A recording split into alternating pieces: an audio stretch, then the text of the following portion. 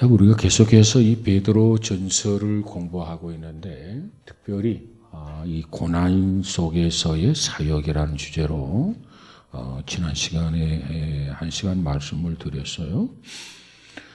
우리는 이 고난받는 그 상황 속에서 어떻게 사역을 감당할 것인가? 이 베드로 전서가 어떤 목적에 쓰여졌냐면 소아시아에 흩어져서 믿음을 지키는데 고난받는 성도들에게 주시는 말씀이 베드로 전서입니다. 그들은 예루살렘에 있으면서 성령 충만함을 받았어요. 그러면 당연히 흩어져야 되잖아요. 왜? 성령이 임하시며 그리고 흩어져서 땅끝까지 복음을 전하라고 그랬잖아요. 그 은혜를 받았으면 말씀대로 그 다음 단계는 우리가 흩어지는 단계다 그래서 흩어졌으면 좋았을 거예요. 근데 흩어지지 않았어요. 왜? 너무너무 좋거든, 은혜 받으니까. 이대로가 좋사오리. 예? 오직 성령이 임하심이 너희 임하시면 예루살렘, 유대, 사마리아 땅끝까지 가서 전도해야 된다. 그랬는데 그 말을 싹 잊어버린 거예요. 은혜 받고 나니까 너무 좋은 거야. 예루살렘 떠나고 싶지가 않아. 예루살렘, 유대, 사마리아 땅끝까지 다 잊어버렸어요. 그래서 저들로 하여금 박해를 받게 합니다. 자진해서 흩어지지 아니하면 외부에 의해서 박해가 주어져요. 그래서 저들은 더 이상 예루살렘에 머물러 있을 수가 없어요. 왜? 너무너무 박해가 심하니까. 그래서 소아시아 지역으로 부득불 저들이 흩어지게 됩니다. 그래서 흩어져서 신앙생활을 하는데 있는 그 현장에서 그들이 또 고난을 받고 그리고 중요한 것은 이것보다도 더 큰 고난이 온다는 거예요. 그럼 그런 고난을 받을 때 고난 속에 있을 때 어떻게 해야 할 것인가? 그것이 그 주제가 베드로 전서의 주제입니다. 그 중에서도 오늘 우리가 3장을 놓고 보는데 특별히 고난 속에서 우리가 어떻게 사역해야 하는가? 크고 작은 역경 속에서 어떻게 우리가 믿음을 지키며 주의 일을 해야 할 것인가? 그걸 말씀하고 있는데 오늘 이 베드로는 3가지 사역을 말씀하고 있죠. 고난 속에서 예수님은 어떻게 사역을 했는가? 예수님을 본받으라는 거예요. 또 그 다음에 노아의 사역을 설명합니다. 노아는 하나님의 말씀을 듣고 방주를 지으면서 저들에게 120년 동안 복음을 전하는데 저들이 귀담아 듣지를 않는 거예요. 그런 가운데서도 노아는 어떻게 그 상황 속에서 하나님의 일을 하고 사역을 했는가 그 점과 그리고 마지막 때 신앙인으로서 성도로서 어떻게 사역을 할 것인가 그것을 언급하고 있는 것이 오늘 본문의 내용입니다. 그래서 지난 시간에 예수님의 사역에 대해서 잠시 말씀을 드렸죠. 우리가 베드로전서 2장에서도 공부한 것처럼 그리스도는 고난에 있어서의 모본이다 하는 거예요. 샘플이라는 거예요. 예수님은 고난을 받을 때 어떻게 하셨는가? 그거 보고 우리도 예수님처럼 견디고 이겨나가면 되는 거예요. 네. 그러니까 예수님께서 고난 속에서 어떻게 했는가? 어떻게 살았는가? 어떻게 사역을 감당하셨는가? 우리가 그것을 베드로전서 2장을 통해서 볼 수 있단 말이죠. 그리고 오늘 18절, 19절에서 강조하고 있는데 이것은 곧 4가지 예수 그리스도의 사역을 언급하고 있습니다. 자, 예수 그리스도의 사역, 예수 그리스도가 어떻게 일을 하셨는가? 첫 번째로 죽으심으로 일을 했다는 거죠. 죽으심의 사역이라 이렇게 얘기하죠. 예수님의 사역 가운데 가장 위대한 사역은 십자가에서의 죽으심의 사역이었습니다. 예수님은 죽으시기 위해서 오셨어요. 사람 참 죽기 위해서 오는 사람 없잖아요. 누구나 다 살기 위해서 온다고요. 그래서 어머니 뱃속에서 태어나게 되면 어린아이가 살기 위해서 와 울잖아요. 모두가 다 살기 위해서 오는데 예수님만은 죽으시기 위해서 오신 거예요. 주님만 죽으시기 위해서 오셨다. 그래서 예수님의 삶의 목적이 뭐예요? 죽는 거였어요. 죽는 거. 그래서 예수님께서 십자가에 달리시고 죽으시면서 뭐라고 선언합니까? 다 이루었다. 왜? 죽으시기 위해서 오셨기 때문에, 십자가를 지기 위해서 오셨기 때문에 십자가를 지고 마지막 기도하면서 나의 삶의 목적을 다 이루었다 선언하신 거예요. 자, 오늘 본문 18절 한번 우리 읽어볼까요? 18절 시작. 그리스도께서도 단번에 죄를 위하여 죽으사, 그 다음이 중요해요. 죄를 위하여 죽으사 의인으로서 불의한 자를 대신하셨으니, 예수님은 죄가 없는 의인으로서 죄인인 불의한 자를 대신하셨으니, 그 다음 그 이유가 나와 있죠. 이는 그 다음 중요해요. 우리를 어디로? 하나님 앞으로 인도하려 하십니다. 우리로 하여금 구원받게 하시려고, 하나님 나라 입성하게 하시려고 예수님께서 의인으로서 불의한 자를 대신하였다, 이렇게 말씀하고 있잖아요. 육체로는 죽임을 당하시고 영으로는 살리심을 받으셨으니 그가 또한 영으로 가서 옥에 있는 영들에게 선포하시니라 그랬습니다. 그래서 의인은 없나니 하나도 없다. 모든 사람이 죄를 범하였음에 하나님의 영광에 이를 수 없고 절망적 상황에 빠졌는데, 예수님께서 의인으로서 저들을 대신해서 십자가를 지신 거예요. 그렇기 때문에 우리를 하나님 앞으로 인도하려 하십니다. 예수님이 아니면 누가 하나님 앞에 갈 수 있겠습니까? 누가 구원받을 수 있느냐고요? 누가 하나님 나라 들어갈 수 있느냐고요? 가당치도 않은 이야기들이죠. 자, 이렇게 해서 예수님께서 사역 중에 죽으심의 사역이 있었고, 그 다음에 예수님의 그 사역 중에 두 번째로는 음부에서의 사역이다, 이렇게 합니다. 음부에서의 사역. 자, 오늘 본문 19절을 한번 같이 볼까요? 19절 시작. 그가 또한 영으로 가서 옥에 있는 영들에게 선포하시니라 그랬어요. 참, 성경 66권이 있는데 성경 66권에서 가장 난해한 구절이 오늘 본문 19절입니다. 그러니까 성경을 보면서 그 점은 알아야 돼요. 가장 난해한 구절이다. 저가 또한 영으로 가서 옥에 있는 영들에게 선포하시니라. 옥에 있는 영. 여기서 옥은 어디냐? 지옥에 있는 영들에게 선포하시니라. 그래서 어떤 사람은 이 말씀을 가지고, 야, 우리가 사후에 구원받을 수 있는 또 한 번의 기회가 있다, 이 말씀을 근거로 그렇게 주장하는 사람이 있어요. 또 천주교는 이 말씀을 통해서 연옥설을 주장을 합니다. 오늘 이 말씀이 우리에게 있어서 굉장히 중요한 교훈을 가져다주는 말씀이라, 이걸 알고 우리가 이 말씀을 접근해야 되겠습니다. 여러분은 어떻게 생각해요? 사후의 구원의 가능성, 이 말씀을 통해서 죽은 후에도 구원의 가능성이 있다, 구원받을 수 있는 기회가 있다, 이렇게 주장을 하게 되는데, 그건 우리 전체적인 성경의 메시지와는 거리가 먼 그런 주장이죠. 제가 이 확진을 받고 나서는 이 혓바닥에 혓바늘이 돋아가지고는 이게 가라앉지를 하는 거예요. 그래서 자꾸 헛말이 나오고 이상하게 그렇습니다. 이번 주에는 아마 그 병원에 한번 가봐야 될 것 같아요. 가라앉을 때도 됐는데 가라앉지를 않아요. 자, 우리는 이 말씀을 그냥 단순하게 이렇게 보면은, 그가 또한 영으로 가서 성령으로 가서 옥에 있는, 지옥에 있는 영들에게 선포하시니라.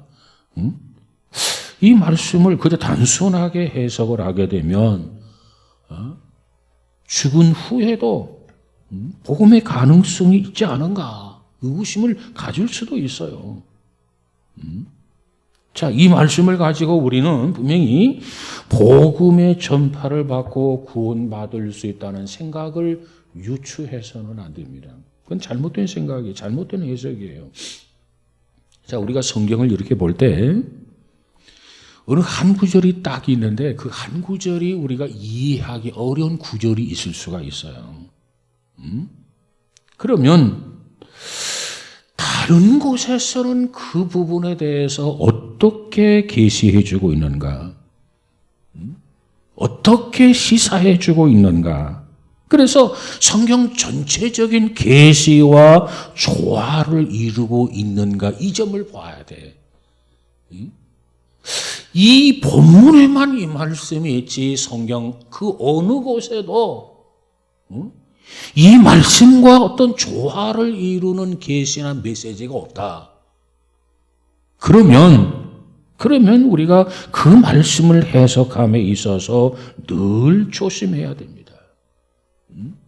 오늘 이 말씀만을 보면은 제2의 기회가 있다. 이렇게 주장할 수 있지만 이 말씀을 제외해 놓고 다른 구절, 다른 말씀을 보면 그 어디서든지 우리에게 있어서 사후의 기회, 제2의 기회가 있다고 하는 것을 성경 어디에서든지 언급해 주고 있지를 않아요. 그렇기 때문에 오늘 이 본문 그대로 영으로 가서 옥에 있는 영들에게 선포하시니라 이 뜻을 그대로 받아들이면 안 된다는 거죠. 자, 우리는 이 말씀을 그대로 받아서는 안 된다. 어떤 근거에서 이 말씀을 그대로 받으면 안 된다고 하느냐?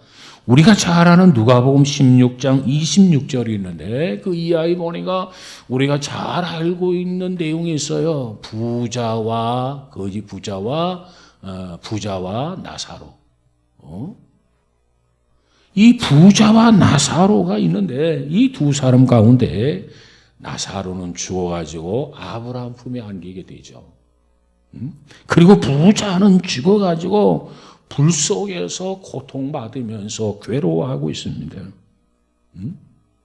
그런데 이 부자가 눈을 들고 보니까 저 위에 나사로가 있는 거예요. 너무너무 고통스러워 힘드니까 나사로를 통해서 물 한 방울이라도 내 혀끝에 떨어뜨려 달라. 얼마나 갈증이 심했으면 그랬을까요? 그렇게 요구를 합니다. 그런데 문제는 이 나사로가 있는 것과 부자가 있는 곳에는 큰 구렁이 있다고 그랬어요. 왕래할 수 있는 곳이 아닙니다. 이곳에서 그리 갈 수도 없고 그곳에서 이리 올 수도 없다는 거죠. 그러니까 나사로가 이곳에 올 수도 없고 부자가 그곳에도 갈 수 없다. 누가복음 16장 26절 이하 내용이에요. 그러니까 왕래가 불가능한 것이란 말이에요. 자, 여기에서 강조하고 있는 것은 큰 구렁이 있다. 사후 세계에 있어서 우리가 어떤 위치가 정해지고 나면 믿는 자는 천국이요 안 믿으면 지옥이란 말이에요. 이렇게 정해지면 그 다음은 이 위치가 결코 변경되지 않는다. 위치를 달리할 수 없다는 겁니다. 그렇기 때문에 누가복음에서는 그 부분에 대해서 언급해 주고 있어요. 죽음 이후에 제2의 기회는 없다.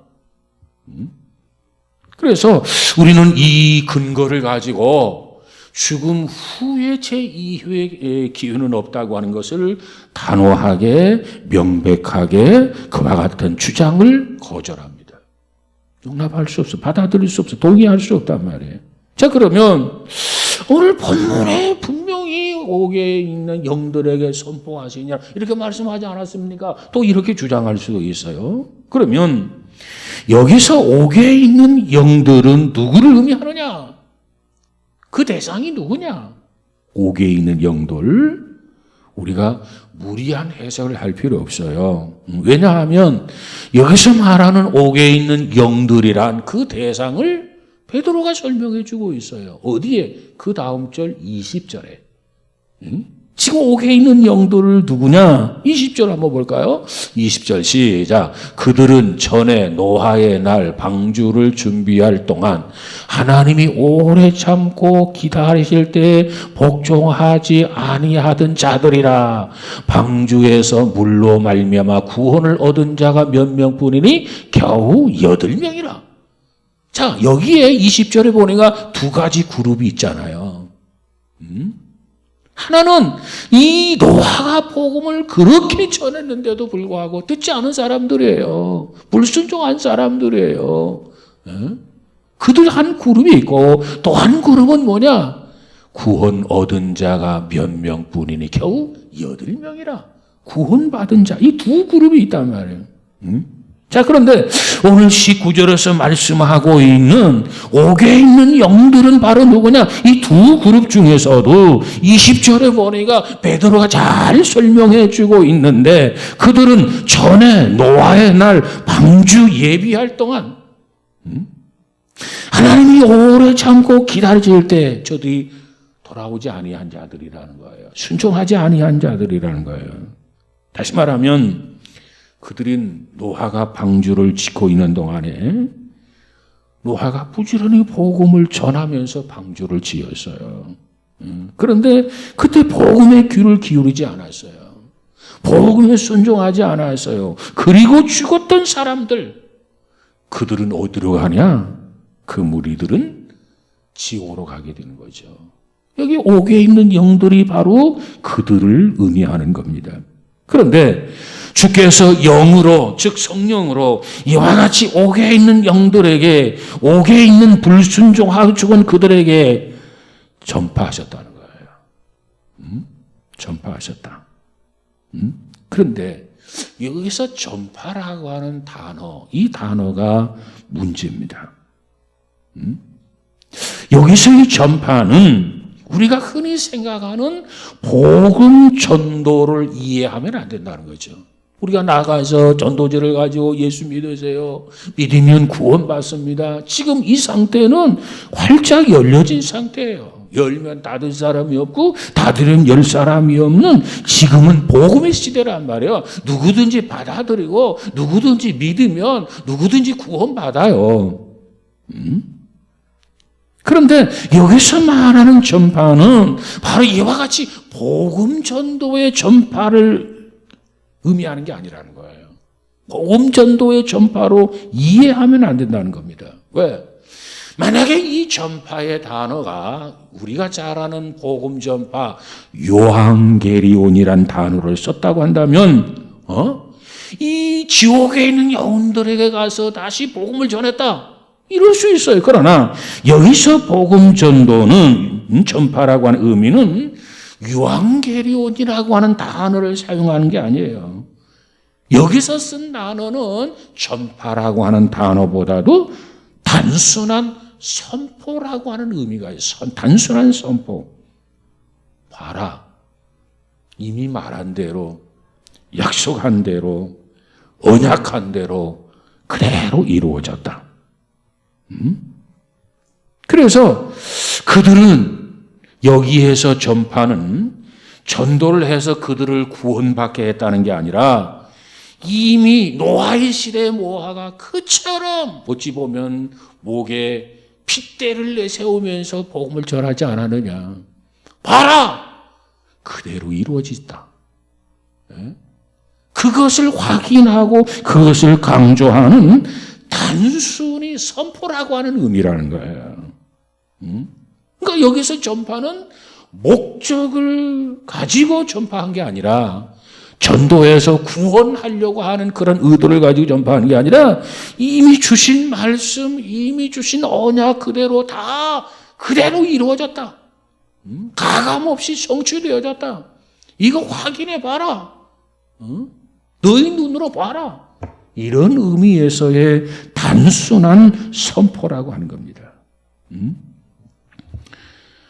하나님은 오래 참으셨고 노아는 그 참으시는 기간 동안에 열심히 방주를 지으면서 전도했어요. 그 기간이 무려 120년 동안이었어요. 그런데도 불구하고 고집스럽게 받아들이지를 않았어요. 그리고 죽었어요. 그래서 그들에게 그리스도께서 약속하신 대로 복음의 내용대로 너희들은 죄 때문에 죽어서 옥에 들어갔다. 그 사실을 믿은 자들은 용서를 받고 하나님 나라에 들어갔다. 천국에 있다. 이걸 확인시켜주는 그런 의미에서의 전파였다 하는 겁니다. 그렇습니다.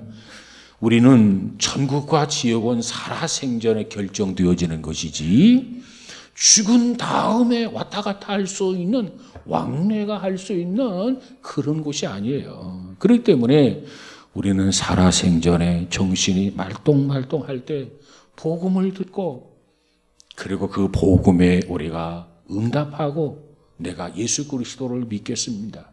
구주로 믿겠습니다. 그래서 그분을 나의 구주와 주님으로 영접하는 그것이 반드시 필요한 거예요. 뭐 부모님이 돌아가셨는데 자식이 부모의 이름으로 뭔가 선한 일을 하고 그러면 부모의 영혼이 연옥한다. 이게 천주교 교리거든요. 자신은 믿음이 없어도 자식들이 부모님을 위해서 선한 일을 많이 하고 그러면 그 선한 일 때문에 부모님이 지옥에 가 있다가 천국에 가게 된다는 거예요. 그렇게 간다면 그건 천국도 아니고 그렇게 되어진다면 그건 지옥도 아니잖아요. 우리 개신교에서는 왕래가 불가하다. 불가능하다. 한번 지옥 갔으면 영원히 지옥에 간 거고 천국에 가면 영원히 천국에서 영생복락을 누리면서 산다. 이것이 우리 기독교의 교리예요. 그래서 오늘 우리 신앙인들이 단순하게 이 말씀 19절을 보면서 이게 무슨 소리야? 사후의 기회가 또 주어지는 거 아니야? 구원받을 수 있는 기회가 있는 거 아니야? 복음을 들을 수 있는 기회가 아니야? 복음을 들었다면 반응에 따라서 다시 위치가 변경되어지는 거 아니야? 그렇게 생각할 수 있지만 그게 아니다 하는 것을 여러분 꼭 기억하시고 우리 자신들도 살아있을 동안에 열심히 잘 믿어야 되고 우리의 친척이라든가 우리의 형제라든가 우리의 부모라든가 우리의 자식들을 꼭 복음을 전해서 예수 그리스도를 믿도록 해야 되는 것을 믿으시기를 바랍니다. 자, 그 다음에 예수님의 사역이 뭐냐 하면은 부활의 사역입니다. 예수님께서 이와 같이 죽으시면서 사역을 하셨어요. 그 사역이 뭐냐면 이미 말씀드린 대로 의인으로서 불의한 자를 대신했다. 불의한 자를 대신하는 것은 하나님 앞으로 우리를 인도하려 하심이라. 이렇게 말씀하셨고 그 다음은 예수 그리스도의 부활의 사역입니다. 예수님께서 죽으신 지 사흘 만에 성경에 보니까 어떻게 됩니까? 부활을 하세요. 부활. 오늘 본문은 또 부활을 설명해 주고 있죠. 부활. 자, 21절을 한번 가볼까요? 자, 21절 시작. 물은 예수 그리스도께서 부활하심으로 말미암아 이제 너희를 구원하는 편이 곧 세례라. 이는 육체의 더러운 것을 제하여 버림이 아니요 하나님을 향한 선한 양심의 간군이라 그랬어요. 자, 다시 한번 말씀드리면 19절. 그리스도께서는 한 번 죄를 위하여 죽으사 의인으로서 불의한 자를 대신했으니 이는 우리를 하나님 앞으로 인도하려 하심이라. 육체는 죽임을 당하시고 영으로는 살리심을 받으셨으니 그랬어요. 여기서 영이라고 하는 단어 이미 여러 가지 의견이 있을 수 있지만 여기서 영이라고 하는 것은 대부분의 경건한 신학자들은 영 또는 성령으로 해석을 합니다. 그래서 그리스도는 성령에 의해서 살리심을 받으셨으니 그러한 뜻입니다. 자, 이 해석이 성경의 다른 부분과 연관되어져 있어요. 어디가 연관되어 있냐면 로마서 8장 11절의 말씀입니다. 로마서 8장 11절의 말씀. 거기 보니까 예수를 죽은 자 가운데서 살리신 이의 영이 죽은 자 가운데서 살리신 이의 영이 너희 안에 거하시면 그리스도 예수를 죽은 자 가운데서 살리신 살리시니가 너희 안에 거하시는 그 영으로 말미암아 너희 죽을 몸도 살리신지라 그랬어요. 그래서 예수를 죽은 자 가운데서 살리시 영이란 뭘 가리킨다고요? 성령을 가리킨다. 이렇게 우리가 해석이 가능합니다. 그런데 오늘 이 본문에 보니까는 그 성령께서 다시 그리스도를 죽은 자 가운데서 부활시키셨다. 그걸 강조하고 있잖아요. 그렇습니다. 예수님께서는 죽으셨을 뿐만 아니라 위대한 승리를 선포하는 사건 부활하셨어요. 그래서 죽으셔서 승리를 선포하시고 그 승리하신 것을 분명하게 확증하기 위해서, 입증하기 위해서 그분은 사흘 만에 부활을 하셨다는 겁니다. 그래서 우리는 부활하신 예수 그리스도를 믿음으로 해서 우리는 고난 속에 있을 때 그 그리스도의 부활이 우리에게 있어서 한 소망이 되게 하려 하심이라 그랬어요. 이것이 베드로 전체가 주어지는 그러한 메시지입니다. 고난 중에 있는 사람들에게 그리스도의 부활은 소망이라는 거예요. 소망. 그 소망이 있기 때문에 고난 속에서 우리는 굴하지 아니하고 고난을 이겨내고 극복해낼 수 있다고 하는 겁니다. 이미 우리가 이 베드로전서 1장 3절에서 공부를 했잖아요. 1장 3절을 한번 가볼까요? 한번 읽어보십시다. 3절 시작. 우리 주 예수 그리스도의 아버지 하나님을 찬송하리로다. 그의 많으신 긍휼대로 예수 그리스도를 죽은 자 가운데서 부활하게 하심으로 말미암아 우리를 거듭나게 하사 산 소망이 있게 하시며, 예수님께서 부활하셨기에 우리에게 산 소망이 된 거예요. 우리에게 산 소망이 있게 된 거란 말이에요.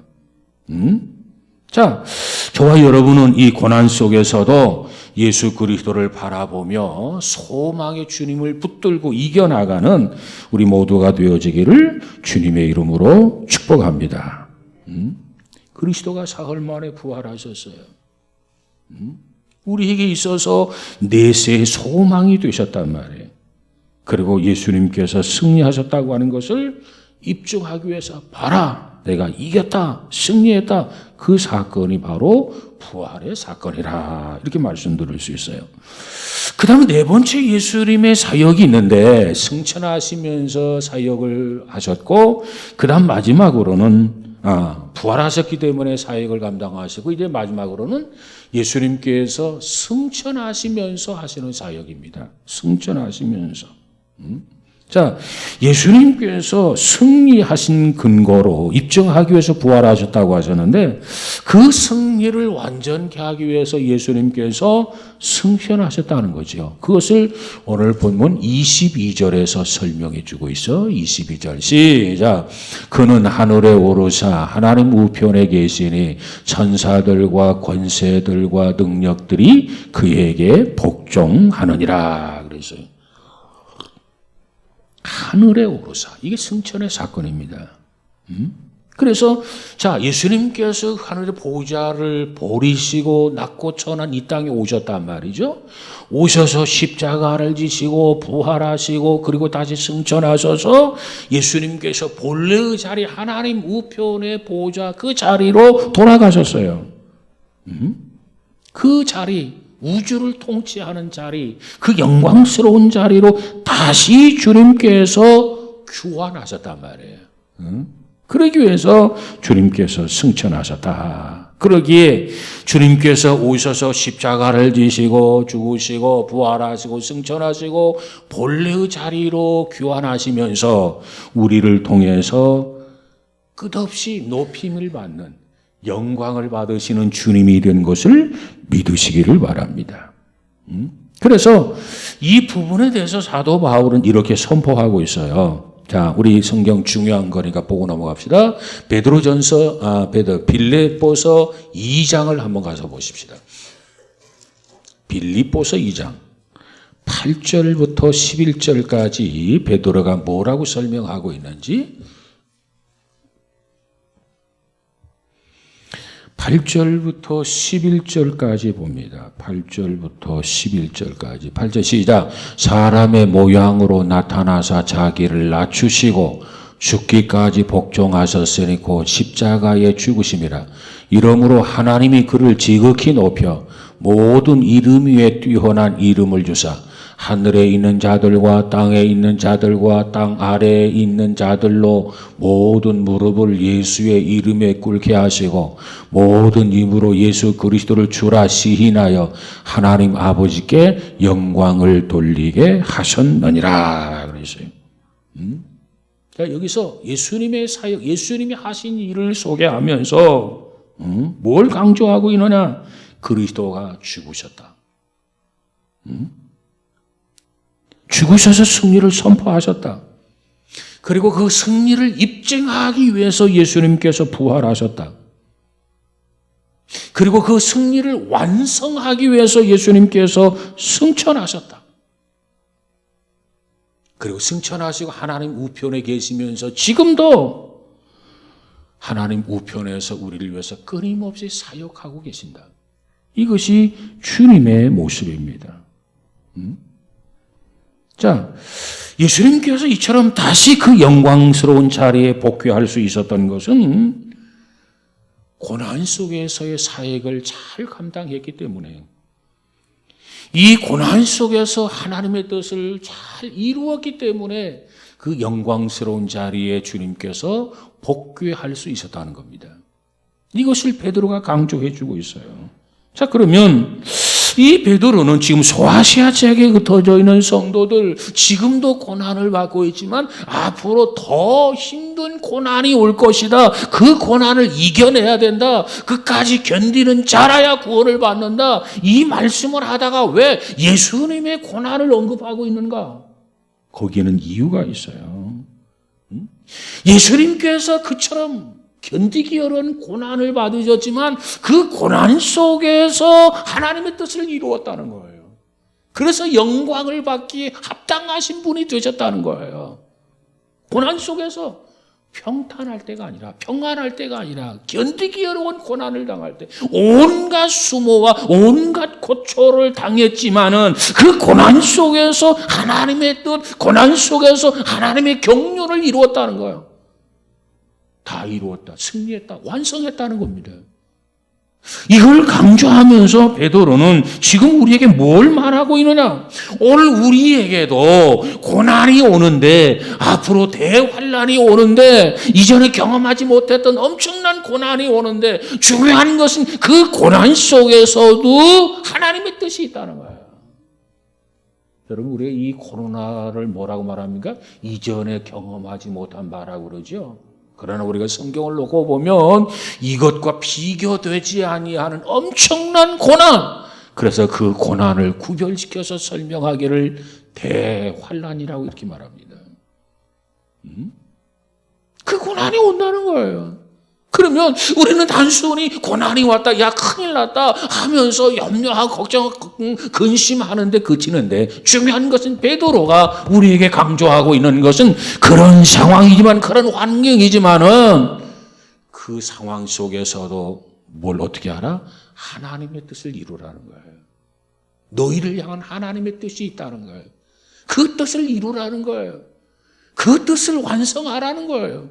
그 하나님의 뜻을 성취하라는 거예요.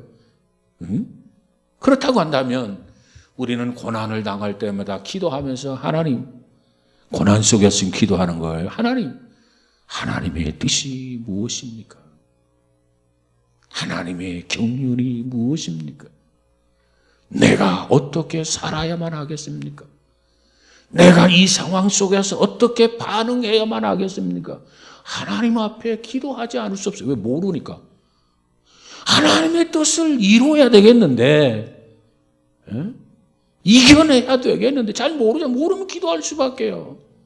그래서 원하기는 주께서 고난 속에서 하나님의 뜻을 이룬 것처럼 나도 이 고난 속에서 좌절하거나 절망하지 아니하고 나를 향한 하나님의 뜻을 이루게 하옵소서. 이루도록 도와주옵소서. 이루도록 역사하옵소서. 우리가 이처럼 기도해야 되는 줄로 믿습니다. 중요한 것은 고난 속에도 하나님의 뜻이 있다. 우리는 고난 속에는 하나님 뜻이 없는 것으로 단정할 때가 많아요. 그래서 그냥 낙심하고 그냥 절망하고 그러는데 아니야. 고난 속에도 하나님의 뜻이 있어. 예수님께서 십자가를 통해서 받으신 그 고난을 통해서 이루어놓은 것을 보란 말이죠. 엄청난 거 아닙니까? 그런데 엄청난 그 하나님의 뜻을 주님께서 고난 속에서 다 이루시고 완성했어요. 저와 여러분도 고난 속에서 나를 향한 하나님의 뜻을 이루어가는, 성취해가는, 완성해가는, 그래서 결코 후회함이 없는 복 있는 성도들이 다 되어지기를 주님의 이름으로 축복합니다. 베드로는 이 사실을 지금 언급하고 있는 겁니다. 고난 속에서도 하나님의 뜻이 있다. 하나님의 뜻을 이루어야 된다. 늘 기도하면서 새 힘을 얻고 하나님의 뜻을 이루어가는 신앙인 우리 모두가 되어져서 결코 후회함이 없는 뿌듯함, 자랑스러움이 있는 저와 여러분 되시기를 주의 이름으로 축복합니다. 기도합시다. 오 하나님 아버지 감사합니다. 고난 속에 있는 성도들, 또 앞으로 이전에 경험하지 못했던 엄청난 그런 고난이 다가올 터인데 그 고난을 대비시키기 위해서 베드로전서가 기록되어져 있습니다. 특별히 고난을 앞둔 우리 베드로전서를 통해서 주는 교훈, 이전에 경험하지 못한 고난이 기다리고 있지만 그러나 그 고난 속에서도 믿음의 자녀들은 이겨내야 되고 극복해야 되고 승리해야 되고 완성해야 된다고 하는 것을 그리스도를 모본으로 삼아서 교훈하고 있음을 보게 됩니다. 그리스도가 참으로 견디기 어려운 고난과 고초 속에서도 하나님의 뜻을 이룬 것처럼 우리도 어떠한 고난이 물밀듯 밀려온다 손치더라도 그 고난 속에서 하나님의 뜻을 넉넉히 이루고 나갈 수 있는 그러한 믿음의 성도들, 예비된 주의 자녀들 다 되어지도록 축복하여 주옵소서. 그래서 주께서 다 이루었다고 말한 것처럼 나를 향한 하나님의 뜻을 이루었습니다. 성취했습니다. 하나님만이 영광을 받으시옵소서. 이렇게 하나님께 영광을 돌릴 수 있는, 고난 속에서도 주께만 영광을 돌리는 믿음의 성도들 되어지게 하옵소서. 결코 고난 속에서 흔들리거나 배도자나 배교자가 되지 않게 하시고 신실한 믿음 위에 견고하고 든든히 설 수 있는 복 있는 성도들 되어지게 하옵소서. 예수님 이름으로 기도하옵나이다. 아멘.